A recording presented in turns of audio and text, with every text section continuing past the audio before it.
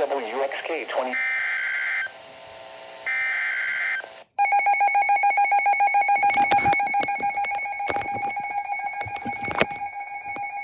The colony.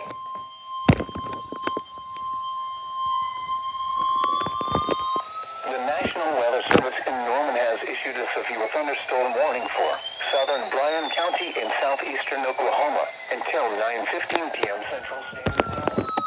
At 8:27 p.m. Central Standard Time, a severe thunderstorm was located near Achille, moving east at 45 miles per hour. Hazard, 60 miles per hour wind gusts and penny-size hail. Source, radar indicated. Impact, expects damage to roofs, siding, and trees. Locations impacted include Durant, Colbert, Boxito, Achille, Bennington, Kent, Hendricks, Blue, Utica, Albany, Tulare, and Wade. For your protection, move to an interior room on the lowest floor of a building.